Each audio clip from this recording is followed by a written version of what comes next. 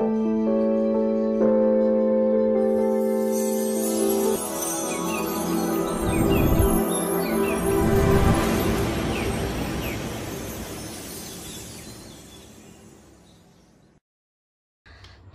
Liễu xin chào bạn. Chào mừng bạn đến với kênh móc len của Dương Liễu Handmade. Video này Liễu sẽ hướng dẫn bạn móc một mẫu túi mini phối kiểu cầu vồng rất là lạ mắt. Thì để hoàn thành cái mẫu túi này, các bạn sẽ chuẩn bị cho mình những dụng cụ và nguyên liệu như sau. Về phần len, các bạn sẽ chuẩn bị cho mình 2 mã màu len nha.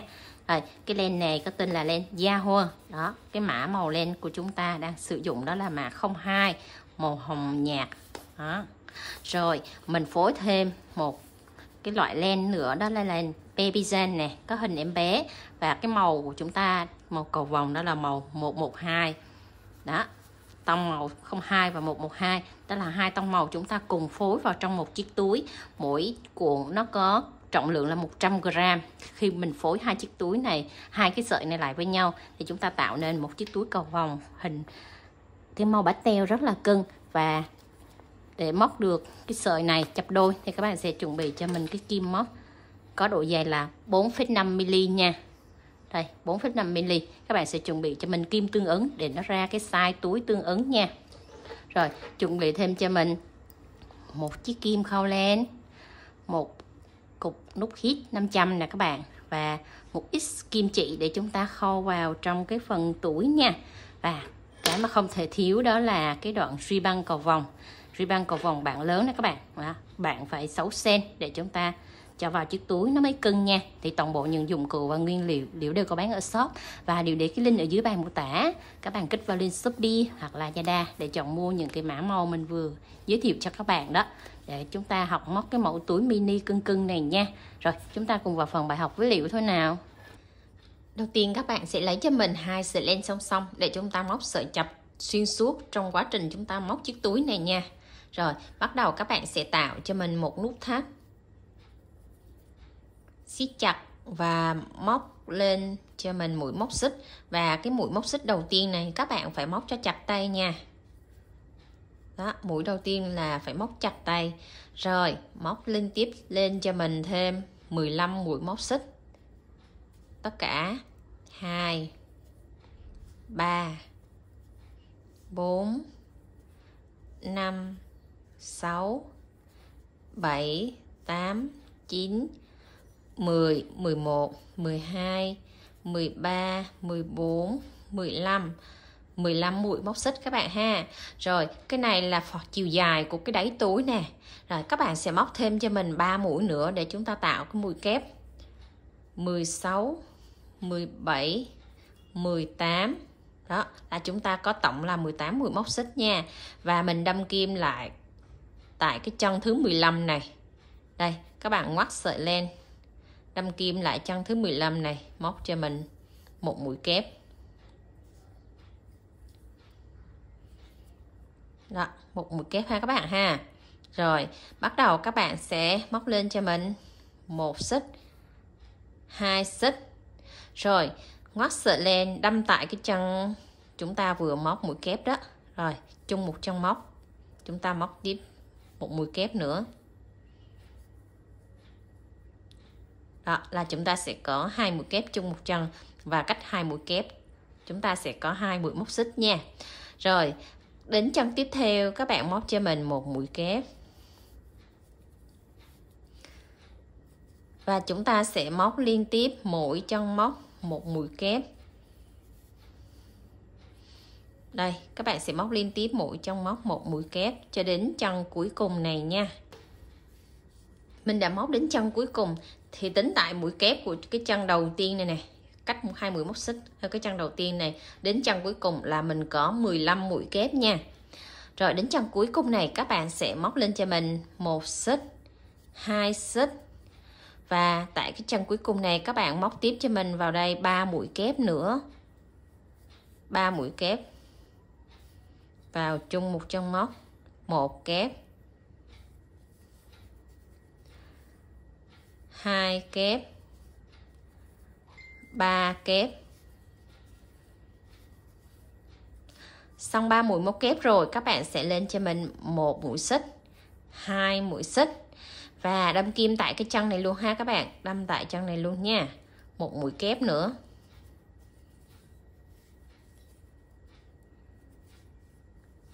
Rồi, từ cái chân này cho đến chân cuối cùng này, các bạn cũng móc liên tiếp cho mình là 15 mũi kép. Ở đây đang có một mũi kép rồi, các bạn sẽ móc tiếp theo 14 mũi kép còn lại ở 14 chân móc nữa nha.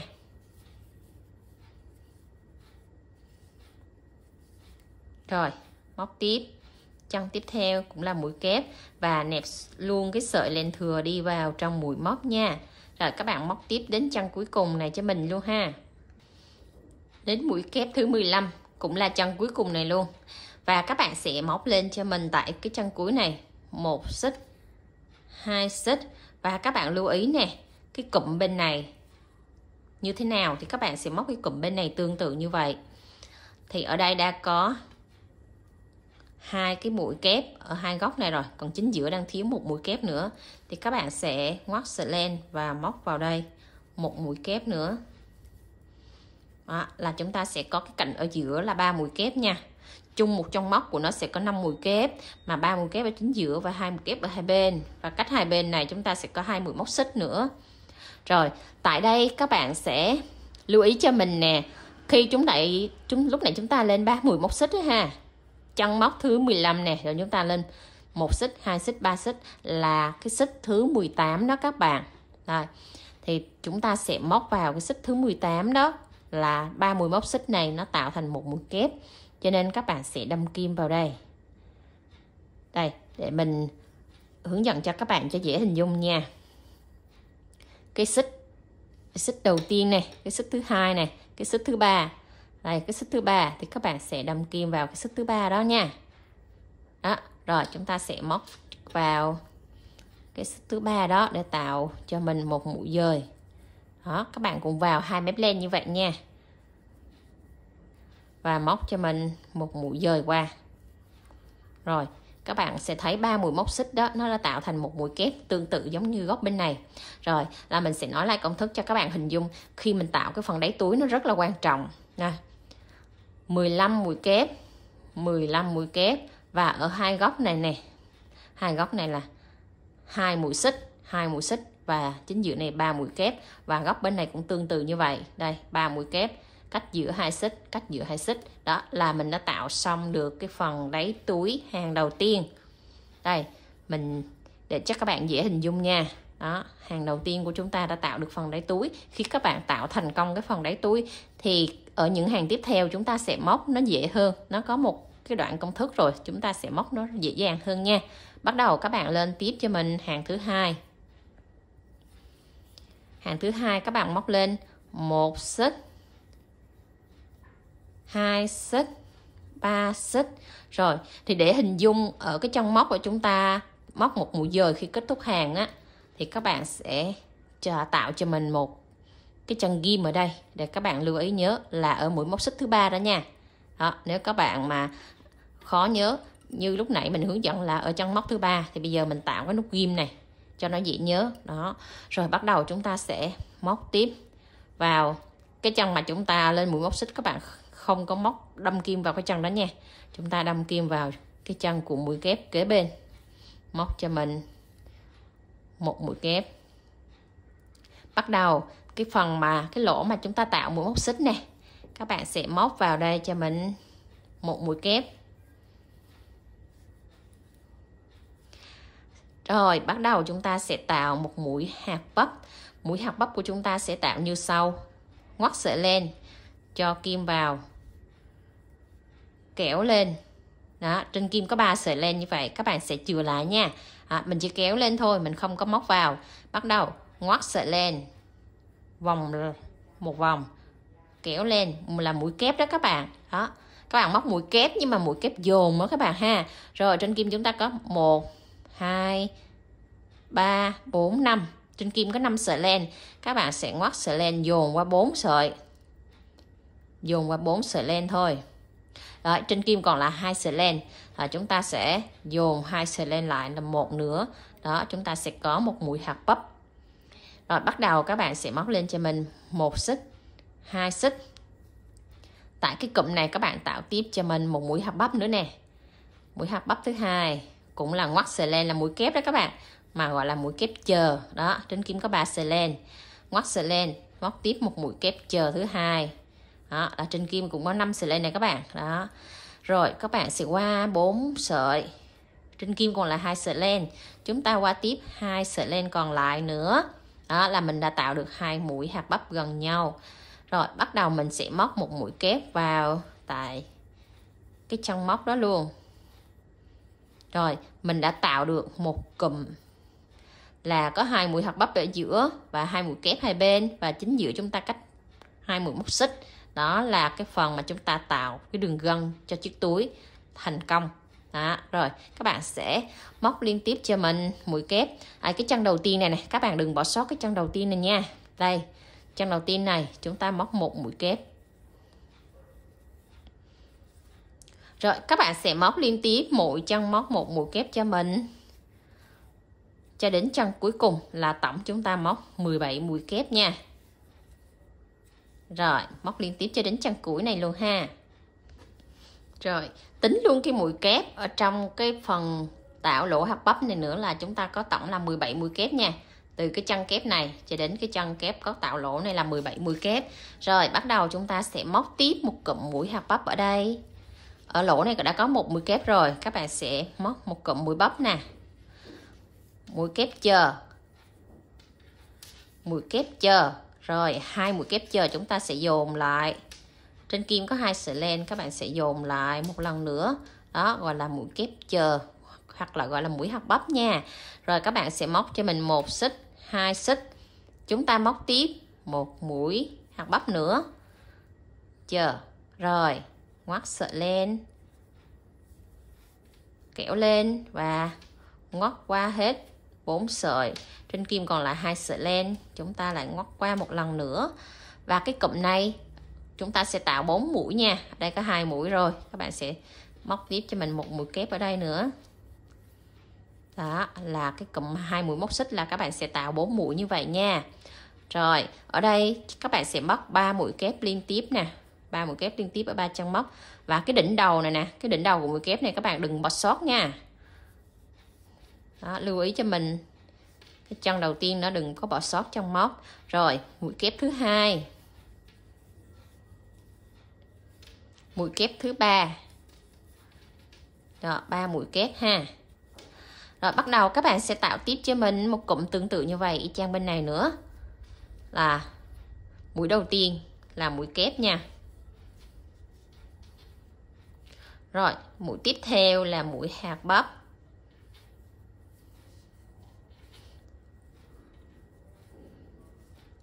Hai mũi móc xích. Rồi đến một mũi hạt bắp.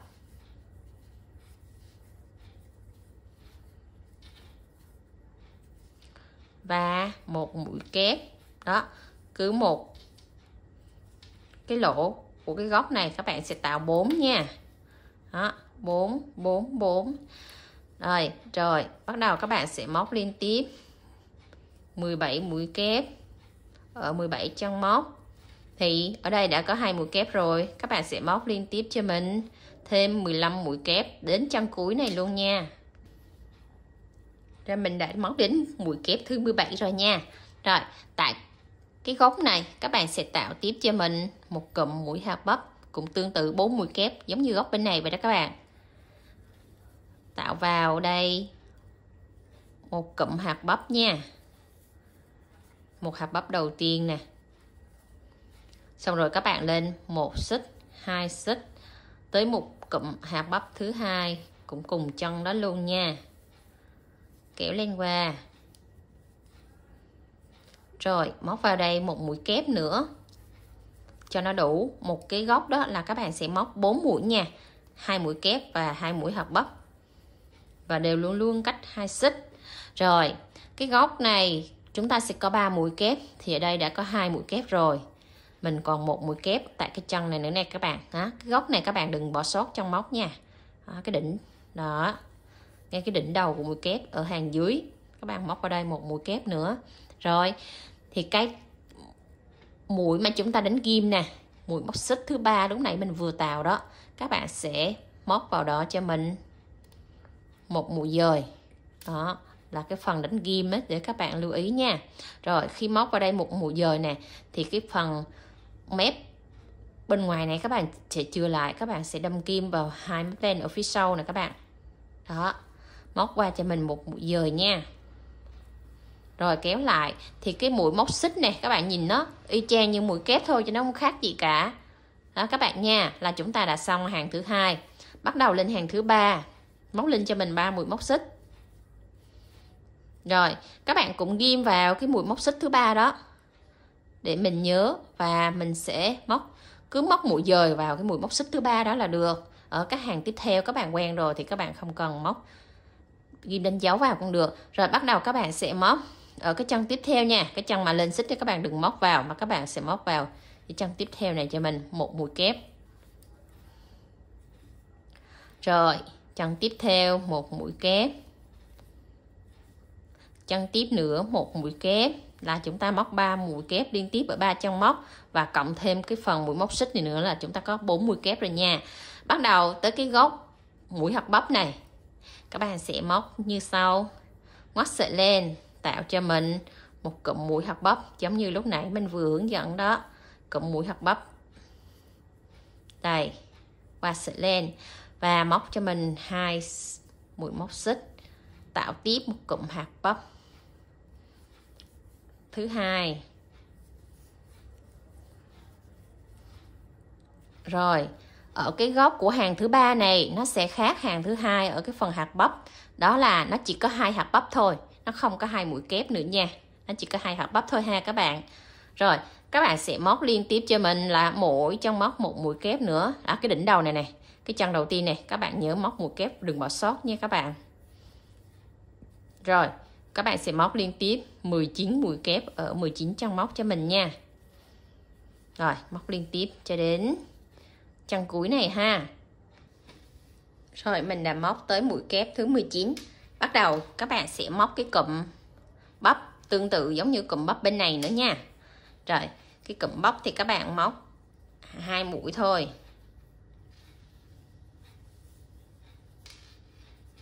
Đây, một mũi bắp đầu tiên nha. Rồi chúng ta móc 1 xích, 2 xích, tạo một mũi bắp thứ hai.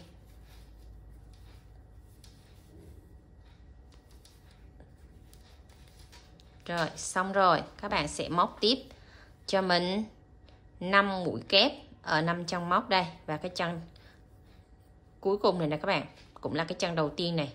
Các bạn nhớ móc không bỏ sót nha, bỏ sót là nó sẽ không đủ mũi kép ở cái góc này nha các bạn.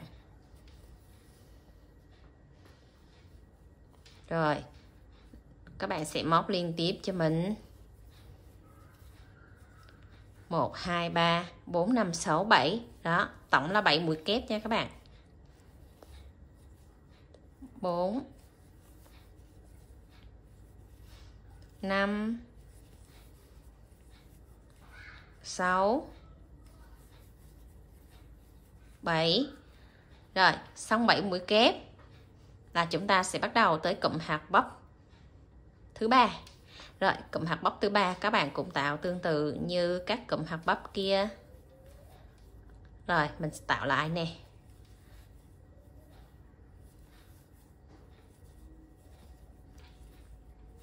Xong rồi móc 1 xích, 2 xích, tạo tiếp cho mình một cụm hạt bắp tiếp theo. Rồi mình sẽ móc ở đây liên tiếp 19 mũi kép ở 19 chân móc nha. Chân cuối cùng này cũng là chân đầu tiên, các bạn sẽ móc vào đây một mũi kép. Rồi móc liên tiếp cho mình ở các chân móc, mỗi chân móc một mũi kép cho đến cụm hạt bắp cuối cùng bên này nha. Rồi mình đã móc đến chân cuối, bắt đầu tới một cụm hạt bắp thứ tư này, các bạn cũng móc tương tự giống như 3 cụm hạt bắp còn lại kia nha.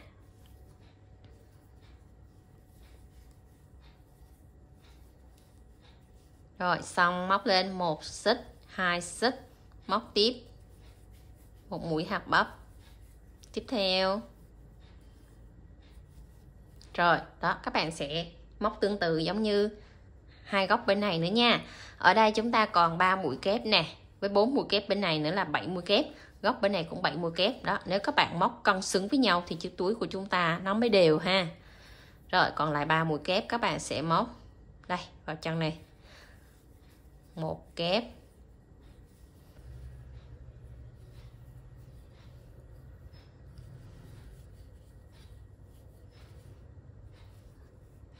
xong 3 mũi kép rồi, các bạn cũng móc một mũi dời vào tại cái chân ghim này đó các bạn. Đó, nếu các bạn sẽ lưu ý thì các hàng khác thì các bạn sẽ cứ móc vào ngay tại cái chân ghim đó là được nha. Mà lưu ý là móc để cái mép bên ngoài lại, các bạn sẽ móc đây, đâm kim vào 2 mép bên trong, kéo qua một mũi dời. Rồi chúng ta đã tạo xong cái phần đáy túi nè. Rồi mình sẽ đo thử cái kích thước xem nó đã đạt với cái nhu cầu sử dụng của chúng ta chưa nha. Đây, nó được mo. Đó, khi các bạn mà đo căng ra thì chiếc túi của mình á, cái chiều ngang, chiều dài là 20 cm nha. Rồi, và chiều ngang của túi là 9 cm. Đây là cái phần đáy túi là mình đã móc xong. Đây, các bạn sẽ đưa cái điện thoại của chúng ta vô, đó là ướm thử là túi của ta nó đã vừa với kích cỡ của điện thoại rồi nha. Nếu các bạn mà muốn lớn hơn thì các bạn sẽ tăng thêm một hàng size ra nữa. Rồi, còn nếu mà các bạn muốn kích thước túi nó bé bé mini cỡ này thì các bạn bắt đầu lên phần thân túi nha. Rồi, thì phần thân túi các bạn sẽ móc như sau. Bắt đầu lên hàng thứ tư của phần thân. Các bạn cũng lên cho mình 3 mũi móc xích. Rồi, nếu các bạn không có nhớ cái điểm cuối cùng thì các bạn cứ ghim vào mũi móc xích thứ 3 đó để chúng ta sẽ móc một mũi dời vào đó. Nếu các bạn nhớ rồi thì chúng ta khỏi ghim cũng được nha. Rồi, bắt đầu mình sẽ móc vào chân thứ 2 nha. Chân móc xích đó chúng ta không móc mà mình móc vào chân thứ 2 này. Rồi, móc cho mình 4 mũi kép ở 4 chân móc nha. Rồi, 2 chân tiếp theo các bạn móc tiếp cho mình 2 mũi kép nữa.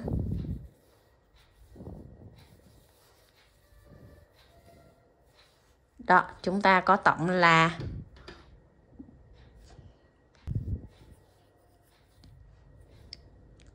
ở mũi móc xích thứ 3 này các bạn sẽ ghim đánh dấu vào. Còn nếu mà các bạn nhớ ở mũi móc xích thứ 3 rồi thì chúng ta khỏi ghim cũng được nha. Rồi, bắt đầu các bạn sẽ móc tiếp, đừng có móc vào mũi kép ở chân đầu tiên mà mũi kép ở chân thứ 2 nha. Luôn luôn là mũi kép ở chân thứ 2. Mũi đầu tiên chúng ta không móc, tại vì mũi đầu tiên nó là tượng trưng cho một mũi kép rồi. Đó, các bạn sẽ lưu ý cho mình đừng có móc vào cái chân đó nữa, nó sẽ dư ra một mũi móc nha. Rồi các bạn sẽ móc 3 mũi kép liên tiếp ở 3 chân móc và thêm cái mũi xích này nữa là tổng là 4 mũi kép nha. Rồi ở hàng thân này nó sẽ khác so với hàng đáy túi. Một cái điểm lưu ý là cái chân cuối cùng nè, cái chân cuối cùng của cái mũi hạt bắp này ra các bạn. Đó là cái đỉnh đầu của mũi hạt bắp dưới đó, các bạn sẽ không móc vào đây nha. Đó, cũng giống như chân bên này nè, các bạn sẽ không móc. Cứ tới cái chân mũi hạt bắp là các bạn sẽ chừa ra không móc, giống như hàng dưới là mình móc nhưng hàng trên mình không móc. Rồi cái phần thân nó là như vậy, các bạn sẽ lưu ý cho mình để mình móc nó khỏi dư mũi nha. Rồi bỏ ra chân móc này, các bạn sẽ móc vào ngay cái cụm hạt bắp này cho mình. Tiếp tục một cụm mũi hạt bắp nữa. Rồi các bạn sẽ móc 1 xích, 2 xích và chúng ta móc tiếp mũi hạt bắp nữa. Đó, các bạn sẽ móc vào đây 2 mũi hạt bắp và cách chính giữa là 2 mũi móc xích nha. Rồi, đến khi cái chân mũi hạt bắp này này, các bạn sẽ bỏ ra, tương tự giống như bên này, các bạn cũng bỏ ra, đừng có móc nha các bạn. Đó là phần thân, mình luôn luôn phải bỏ mũi hạt bắp như vậy ha. Đây, chân đây chúng ta không móc, móc tiếp vào chân tiếp theo đây. Là 19 mũi kép ở 19 chân móc nha. Rồi các bạn sẽ móc đến chân cuối này cho mình và trừ lại cái chân cuối cùng này 19 mũi kép nha. Rồi mình đã móc đến mũi kép thứ 19 và cái chân cuối này các bạn cũng đừng có móc nha. Đó, lưu ý mũi hạt bắp hàng dưới là các bạn đều chừa ra nha các bạn. Rồi cái phần mà tạo cụm hạt bắp đây, các bạn cũng tạo tương tự cho mình là hai mũi hạt bắp vào tại cái chân đó nha. Rồi móc lên 1 xích, 2 xích, tạo tiếp một cái cụm hạt bắp.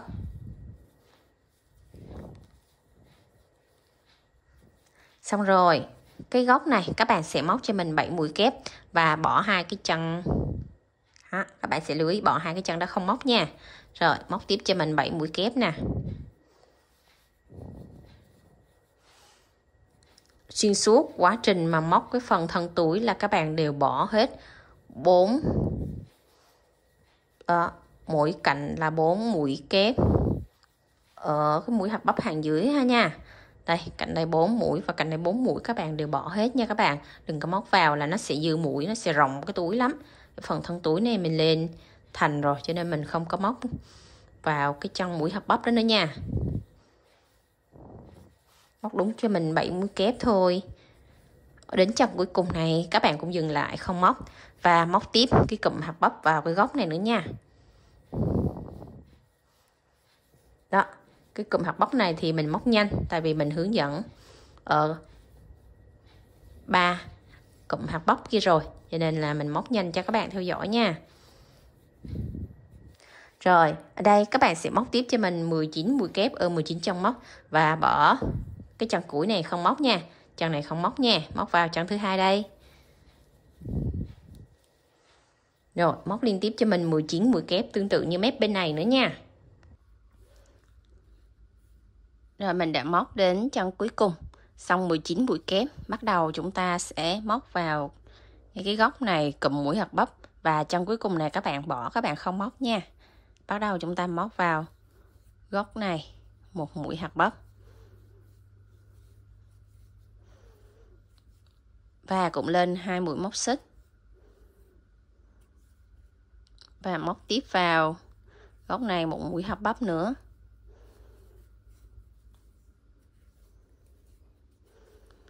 Rồi xong rồi chúng ta sẽ quay qua góc bên này, mình cũng móc 7 mũi kép cho nó tương xứng với 7 mũi kép ở góc bên này đó.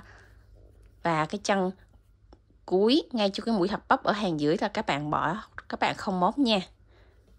Đây, móc vào đây cho mình một mũi kép, chân tiếp theo một mũi kép và chân tiếp theo một mũi kép. Rồi đến cái chân ghim này chúng ta sẽ tháo ra và mình vẫn móc vào tại cái chân ghim đó một mũi dời nha. Đó, cho vào 2 mép len, kéo lên qua là mình đã xong hàng đầu tiên của cái phần thân túi. Đó, mình sẽ lộn nó lại nè, lộn nó lại bên phải, quay lên, đó là với phần thân túi của mình nó sẽ bắt đầu nó cong lên như vậy nha các bạn. Rồi là bắt đầu các bạn sẽ móc tiếp cho mình thêm 4 hàng phần thân túi nữa, là chúng ta đều chừa hết những cái chân của mũi hạt bắp này. Đó là chúng ta chừa lại, chúng ta không móc nha.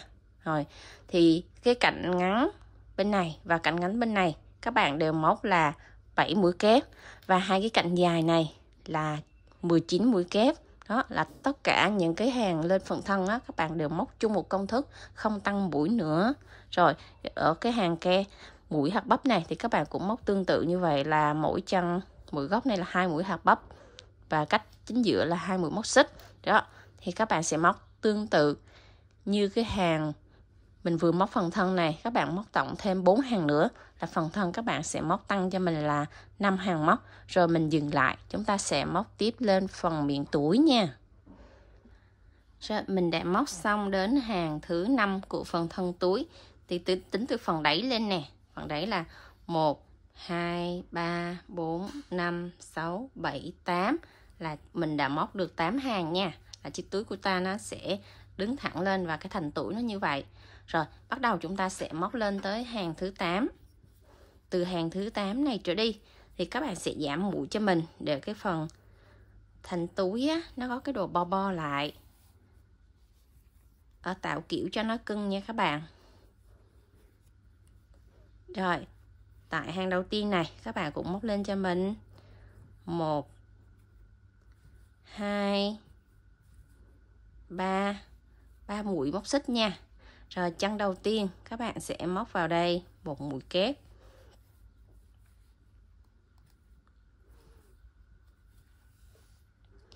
Chân thứ hai và chân thứ ba các bạn sẽ thực hiện cho mình một mũi giảm.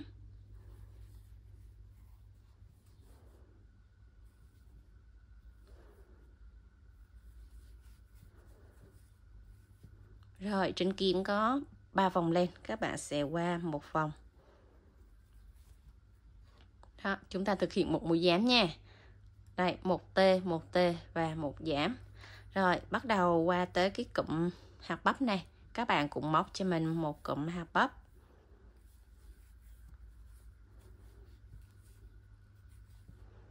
Móc lên 1 xích, 2 xích và móc vào cái chân đó một cụm hạt bắp tiếp nữa.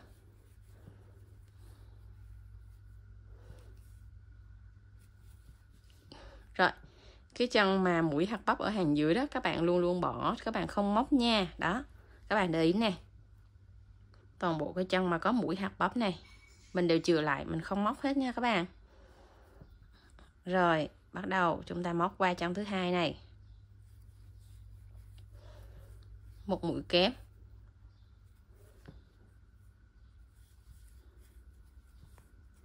Và các bạn sẽ móc đều cho mình từ chân này cho đến qua cái chân cuối cùng bên này 19 mũi kép liên tục như vậy nữa nha.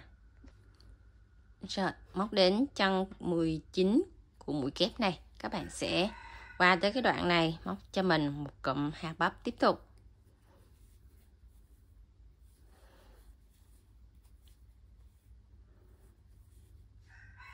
Rồi móc lên 1 xích, 2 xích và tạo tiếp một cụm hạt bắp thứ hai.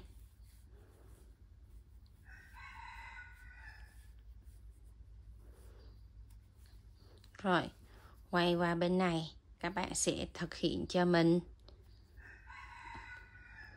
Rồi, cái chân móc đầu tiên của mũi hạt bắp này các bạn không móc nha. Móc vào chân thứ hai này, một mũi kép. Và chân thứ hai và chân thứ ba chúng ta móc một mũi giảm.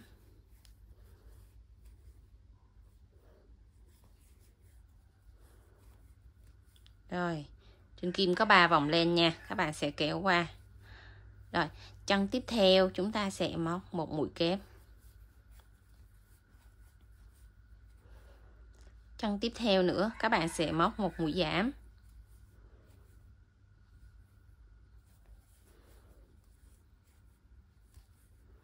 Rồi, trên kim có 3 sợi lên, các bạn kéo hết qua. Rồi, chân tiếp theo chúng ta lại móc một mũi kép. Rồi, ở cái góc mà 7 mũi kép này thì các bạn sẽ thực hiện cho mình là một kép nè, một giảm, một kép, một giảm, một kép. Rồi là chúng ta sẽ giảm 2 chân thì còn lại 5 chân móc nha. Đó. Rồi bắt đầu qua tới cái cụm hạt bắp này, các bạn cũng móc tương tự như vậy. Và cái chân cuối của hạt bắp này các bạn sẽ không móc vào đây nha. Bỏ chân này các bạn không móc. Các bạn sẽ móc vào cái cụm này để tạo thành một cụm mũi hạt bắp nữa nha. Rồi, mũi hạt bắp tiếp theo.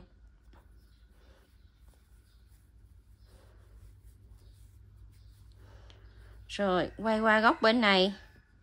Cũng bỏ cái chân đầu tiên này, chúng ta không móc nha.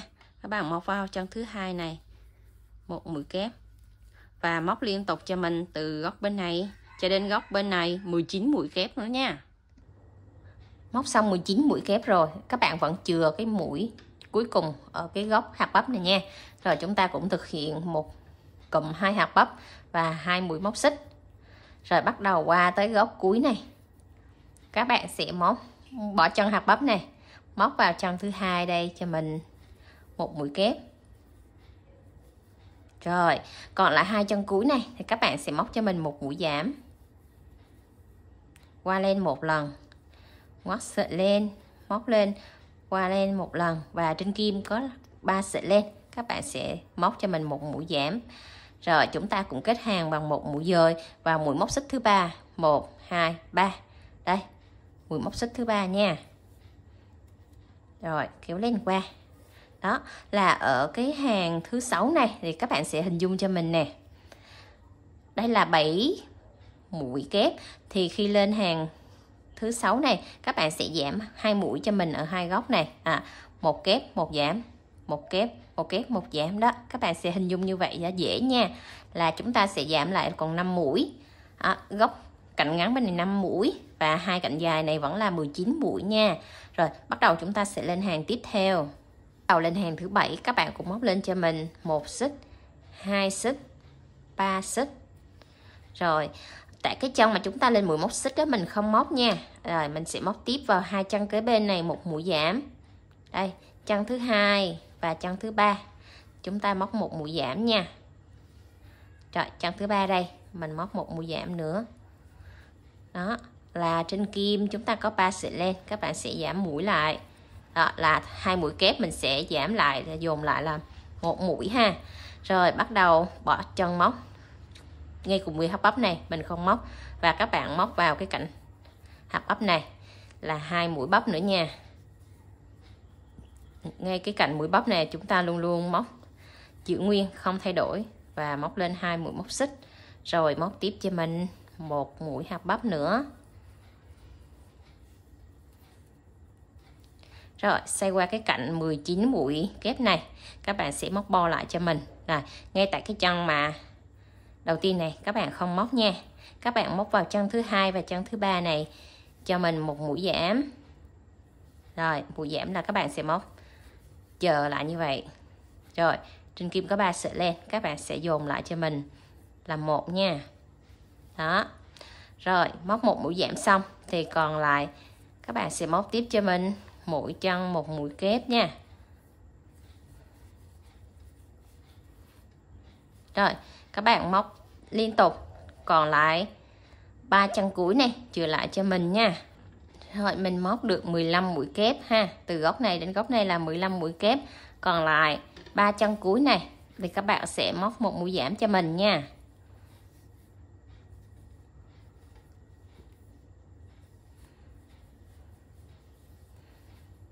Rồi kéo lên qua, và chân cuối cùng này các bạn không móc, các bạn móc vào ngay cái cụm hạt bắp này cũng tương tự cho mình 2 mũi hạt bắp, và chính giữa 2 mũi hạt bắp là có 2 mũi xích nha.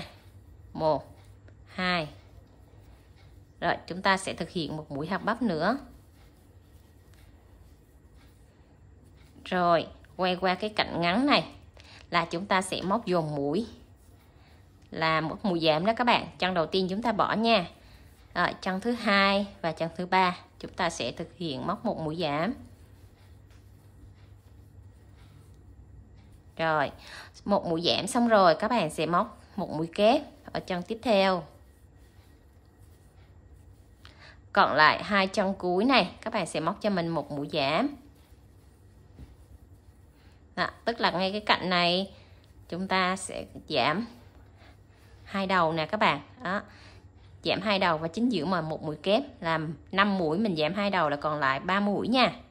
Rồi chân này chúng ta không móc, và tại cái cụm này chúng ta cũng thực hiện một mũi hạt bắp và 2 mũi móc xích. Rồi thực hiện tiếp cho mình một mũi hạt bắp nữa. Đó, các bạn sẽ làm mũi hạt bắp tương tự giống như các cụm khác vậy nha. Bắt đầu qua tới cái cạnh dài đây. Cạnh dài đây các bạn cũng giảm mũi 2 đầu giống như cạnh dài mình vừa hướng dẫn. Đó là chân đầu tiên này chúng ta bỏ, chân thứ 2 và chân thứ 3 mình sẽ giảm mũi lại nè.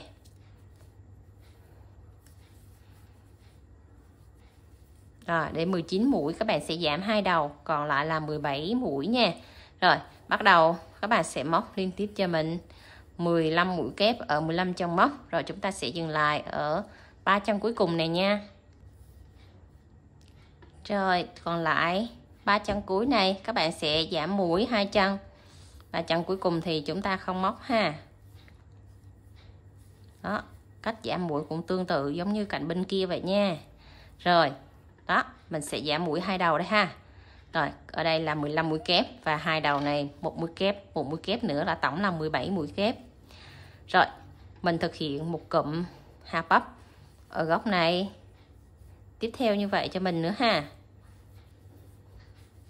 1 xích, 2 xích, rồi chúng ta lại móc tiếp cụm hạt bắp. Xong cụm hạt bắp rồi, chúng ta sẽ quay lại góc bên này. Các bạn sẽ móc cho mình 2 mũi ở đây, còn cái mũi này chúng ta chừa ra. Rồi, 2 mũi này các bạn sẽ thực hiện cho mình một mũi giảm. Đó là chúng ta sẽ giảm ở 2 đầu nha. Giảm ở 2 đầu. Đây, và cái mũi 3 mũi móc xích này là một mũi kép. Các bạn sẽ móc một mũi dời vào ngay cái đỉnh của mũi móc xích thứ 3 đó. Đó, 2 đầu mũi giảm và chính giữa mũi kép là chúng ta còn lại 3 mũi nha. Là chiếc túi của mình nó bắt đầu nó bo lên phần trên, nó tạo cái độ bầu ở dưới nó rất là xinh rồi đó. Bắt đầu các bạn sẽ lên hàng tiếp theo cho mình. Móc lên cho mình một mũi móc xích thôi. Và hàng này chúng ta sẽ móc toàn bộ bằng mũi đơn nha các bạn. Cái chân mà chúng ta lên mũi móc xích đó không móc, các bạn sẽ móc một mũi đơn vào chân thứ 2 đây. Và chân kế tiếp ngay của mũi hạt bắp chúng ta không móc nha. Các bạn sẽ móc lên cho mình một mũi móc xích. Rồi móc vào cái cụm mũi hạt bắp này. Cũng tương tự như các cụm hạt bắp khác vậy nha. 1 xích, 2 xích. Rồi móc tiếp vào một cụm hạt bắp nữa. Rồi xong rồi các bạn sẽ móc cho mình một mũi móc xích. Rồi bỏ chân này, các bạn sẽ móc tiếp vào chân này một mũi đơn. Rồi các bạn sẽ thực hiện 17 mũi đơn liên tiếp ở 17 chân móc nha. Rồi cứ móc tiếp theo như vậy, mỗi chân móc một mũi đơn cho đến chân cuối cùng bên góc này luôn các bạn. Rồi xong 17 mũi đơn, chúng ta sẽ tới cái cụm mũi hạt bắp này. Tại đây các bạn sẽ móc lên cho mình một mũi móc xích. Để tạo cái độ cao á, là chúng ta sẽ móc vào mũi hạt bắp này cho nó dễ nè. Rồi tiếp tục các bạn sẽ thực hiện 2 mũi hạt bắp tiếp theo cho mình như vậy nữa nha. Rồi mũi hạt bắp này thì mình móc nhanh, tại vì mình đã hướng dẫn rồi cho nên các bạn sẽ quen rồi ha. Rồi bắt đầu qua tới mũi bên này thì các bạn cũng hạ xuống cho mình một mũi móc xích trước nè. Rồi bỏ chân đầu tiên này, các bạn sẽ bóc vào chân thứ 2 đây cho mình một mũi đơn. Rồi chân thứ 3 một mũi đơn. Chân thứ 4 một mũi đơn. Đó là chúng ta sẽ có 3 mũi đơn liên tiếp ở 3 chân móc nha. Bắt đầu qua tới cụm hạt bắp này, các bạn cũng móc tương tự cho mình là lên một mũi móc xích trước nè. Rồi thực hiện một cụm hạt bắp vào đây. Rồi hạt bắp chúng ta móc nhanh ha.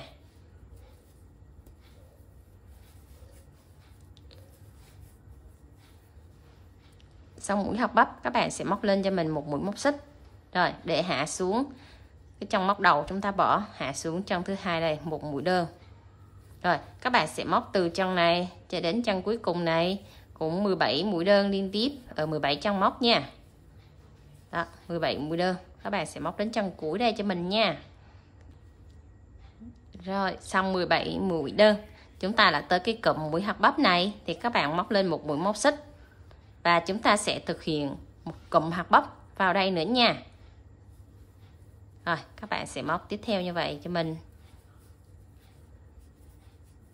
Mũi hạt bắp này chúng ta móc nhanh ha. Rồi xong mũi hạt bắp chúng ta sẽ móc một xích để hạ xuống đây.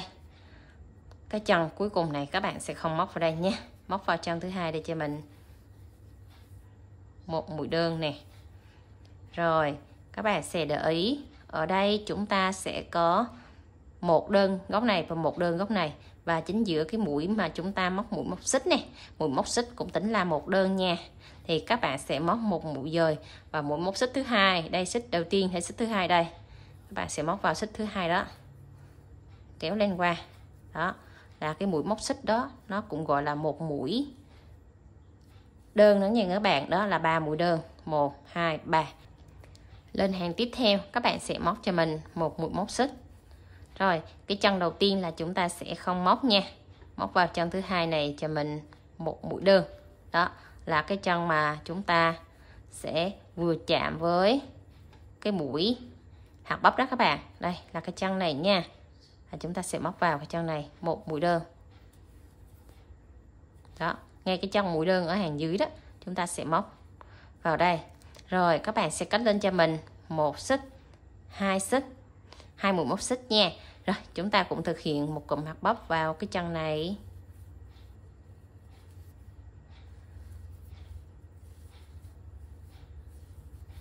Cũng tương tự các cụm hạt bắp phía dưới. Đó, chúng ta cũng móc hai xích rồi tạo tiếp mũi hạt bắp tiếp theo và bắt đầu móc một xích, hai xích. Rồi cái chân mà chúng ta móc mũi xích đây các bạn không móc nha. Đó, bắt đầu chúng ta sẽ đâm kim vào cái chân đầu tiên của mũi đơn này, móc cho mình một mũi đơn và các bạn sẽ thực hiện liên tiếp 17 mũi đơn ở 17 chân móc như vậy ha. Xong 17 mũi đơn, bắt đầu các bạn sẽ lên cho mình hai mũi móc xích, một xích, hai xích và cũng thực hiện một cụm hạt bắp vào ngay cái chân này cho mình nữa nha. Xong mũi hạt bắp rồi các bạn sẽ móc cho mình một xích, hai xích rồi hạ xuống vào ba cái chân mũi đơn này. Chân này các bạn không móc nha, các bạn sẽ móc vào đây 3 mũi đơn. Một đơn, hai đơn, ba đơn. Rồi tới mũi hạt bắp này các bạn sẽ lên cho mình hai xích. Rồi chúng ta lại móc vào cái cụm này hai mũi hạt bắp tương tự nữa nha.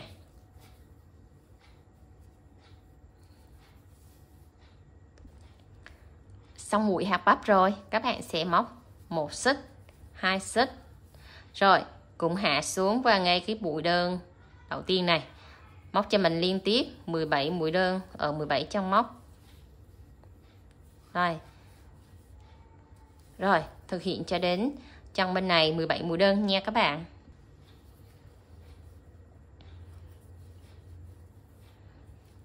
Đến mũi đơn thứ 17 đây, 17 mũi đơn và cụm hạt bắp này các bạn sẽ lên cho mình một xích, hai xích. Rồi chúng ta cũng thực hiện vào cái cụm hạt bắp này cho mình hai mũi nữa nha.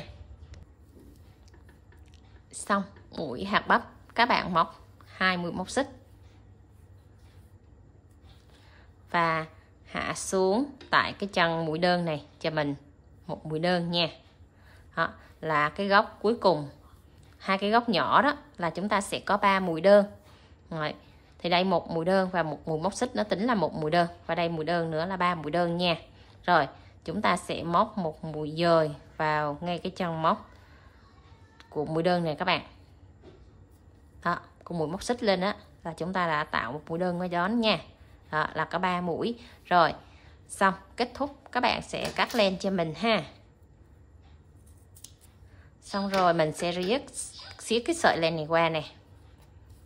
Rồi chúng ta dùng kim khâu len để giấu cái đoạn chỉ thừa này đi vào trong túi luôn nha. Cho cả hai sợi len luôn vào trong túi. Rồi thủ thuật giấu len để nó không bị lộ len nè. Rồi tại chân này ha, các bạn sẽ đâm lên vào cái mũi móc xích này nè. Cái mũi móc xích này nó có 3 sợi thì các bạn sẽ đâm xuyên qua một sợi ở phía sau đó các bạn. Đó, một sợi ở phía sau ha. Rồi siết chặt lại. Rồi bắt đầu quay lại đây. Quay lại đây, các bạn sẽ bỏ một chân móc. Các bạn sẽ đâm kim vào ngay cái mũi móc xích của chúng ta đó. Đây. Đâm lại tại chân đó rồi siết chặt lại là các bạn sẽ thấy nè, không có lộ len mối nối gì hết cả nha các bạn. Rồi bắt đầu chúng ta sẽ giấu cái đoạn chỉ thừa này đi xuống phía dưới chân móc. Đó, các bạn muốn giấu ngang hay dọc gì cũng được, miễn là đừng lộ len là được ha. Rồi nếu các bạn mà muốn giấu đẹp thì các bạn sẽ giấu từng mối ngắn ngắn cho mình như vậy thôi. Đó là nó sẽ đi tiệp vào trong chiếc túi, nó không có lộ phần len ra bên ngoài nha các bạn. Đó, đi léo theo từng cái mũi móc nè các bạn ha. Rồi các bạn sẽ siết cho chặt chứ đừng có ấy lỏng quá là chiếc túi của mình nó sẽ bị tuột cái đoạn mối nối ra nha. Đấy, giấu cho mình thêm vài mũi nữa. Rồi, thì các bạn thấy chặt ha, nó không có bị lộ len rồi. Rồi chúng ta sẽ cắt cái đoạn chỉ thừa này đi, là mình đã làm xong cái phần túi. Rồi bắt đầu các bạn sẽ chuẩn bị để chúng ta móc cái phần quai sách nha. Đến móc phần quai, các bạn sẽ cho cái sợi len vào trong cái mũi hạt bắp này, ngoắt sợi len vô và mình sẽ cột chặt lại nha. Rồi, cột chặt lại và chừa một đoạn len để chúng ta sẽ dùng kim khâu len, chúng ta sẽ giấu nó vào trong chiếc túi nha. Đây, cột chặt lại cho mình một vòng như vậy. Rồi, nếu các bạn muốn chắc ăn thì cột thêm một vòng nữa. Rồi, để mình xách cái sợi quai túi của mình nó không có bị tuột nha. Các bạn sẽ cho cái kim vào ngay cái lỗ này, cái lỗ của mũi hạt bắp đó. Cho kim vào, ngoắt sợi len này, ngoắt sợi len qua cái lỗ và đưa cái kim lên phía trên. Rồi, chúng ta sẽ móc lên một mũi móc xích và kéo cái sợi len cao lên. Cái sợi len nó có chiều cao bằng một mũi hạt bắp nha. Rồi, các bạn kéo lên khoảng tầm 2 cm đó. Rồi chúng ta sẽ móc một mũi hạt bắp đầu tiên này, ngoắt sợi len, kéo lên qua. Trên kim chúng ta có 3 sợi len rồi, ngoắt sợi len nè, cho vào cái lỗ này, kéo lên qua. Và trên kim chúng ta sẽ có là 5 sợi len nha. 5 sợi len tất cả. Rồi các bạn sẽ cho kim vòng qua 4 sợi len. Rồi còn lại trên kim chúng ta có 2 sợi len, các bạn sẽ qua luôn một lần nữa là mình đã tạo được một cụm mũi hạt bắp đầu tiên. Và mũi hạt bắp ở phần dây này các bạn sẽ không có móc 2 mũi móc xích nữa, mà chúng ta sẽ móc tiếp một mũi hạt bắp tiếp theo.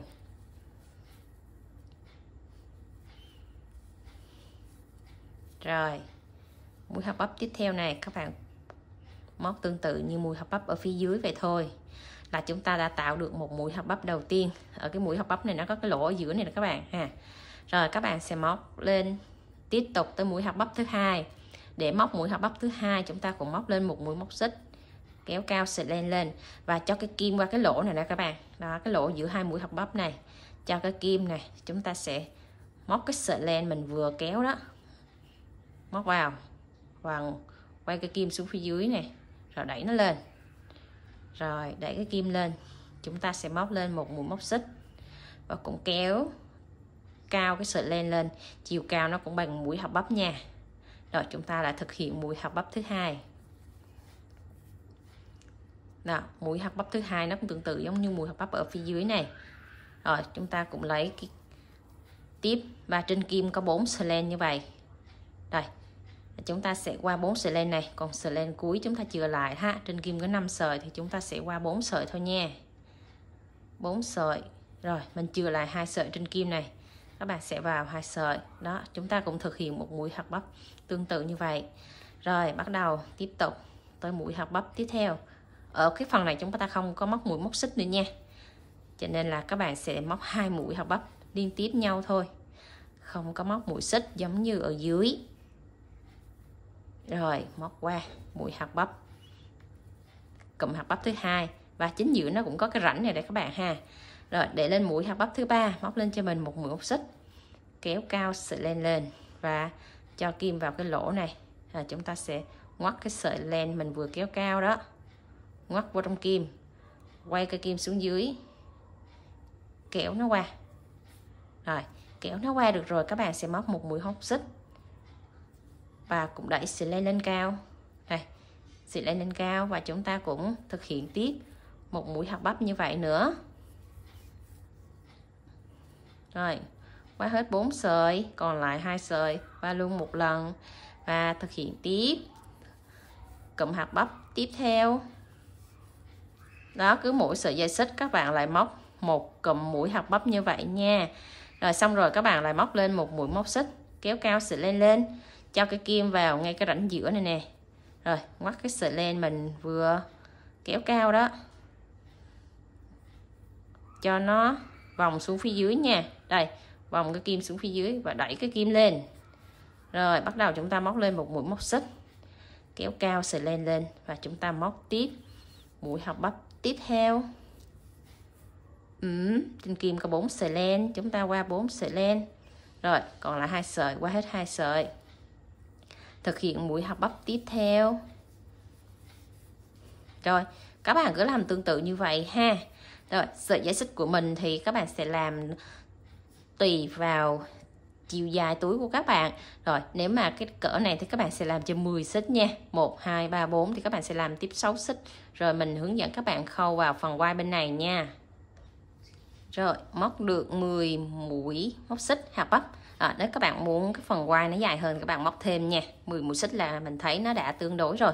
Rồi các bạn sẽ cắt cho mình một đoạn lên dài dài chút xíu nha, để chúng ta sẽ khâu vào trong cái phần thân túi cho nó chắc. Rồi thì tại cái chân cuối cùng này, nếu các bạn muốn chắc thì các bạn sẽ móc lên cho mình một mũi móc xích nữa. Rồi siết cái sợi len ra.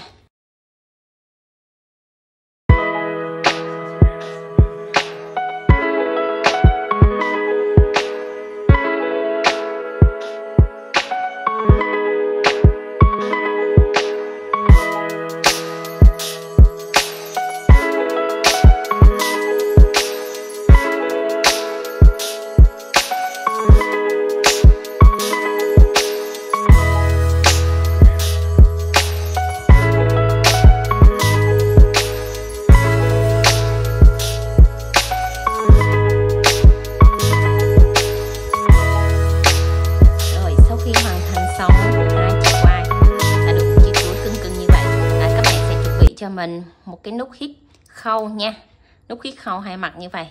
Chúng ta sẽ khâu vào phần miệng túi đây.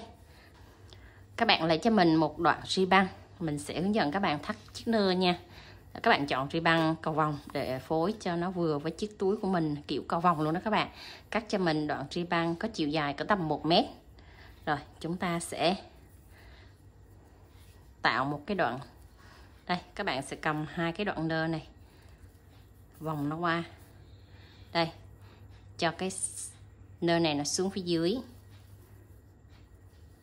vòng cái nơ này lên trên, rồi kéo chặt hai cái nơ này lại với nhau. Rồi các bạn sẽ chỉnh cho hai cái cánh nơ của mình nó bằng, nó đều đó. Các bạn cứ điều chỉnh sao cho nó đều là được nha. Rồi chỉnh xong đều rồi chúng ta sẽ siết chặt lại đó. Các bạn muốn cái cánh của mình nó phồng bự ra hay là cái nơ của mình nó dài thì các bạn cứ điều chỉnh theo cái ý thích của mình nha. Đó, chiếc nơ nó phồng ra như vậy. Rồi còn cái đoạn dưới này các bạn muốn để dài hay là các bạn cắt ngắn, gì là tùy theo ý thích của các bạn nha. Đó, các bạn cắt xéo xéo và chúng ta dùng quẹt á, chúng ta hơ cái đầu cuối này để cho cái phần nơ của chúng ta xài một thời gian nó không bị bung bị tưa nha. Rồi đó, chiếc nơ cưng cưng như vậy rồi mình sẽ đính vào túi nha. Rồi các bạn gắn xong cái cục nút khít rồi thì chúng ta sẽ bắt đầu chuẩn bị một cái nơ để chúng ta sẽ gắn nó vào vị trí này ha. Rồi mình cũng dùng kim chỉ để chúng ta khâu cái chiếc nơ này vào tại cái vị trí mà mình cần gắn nha.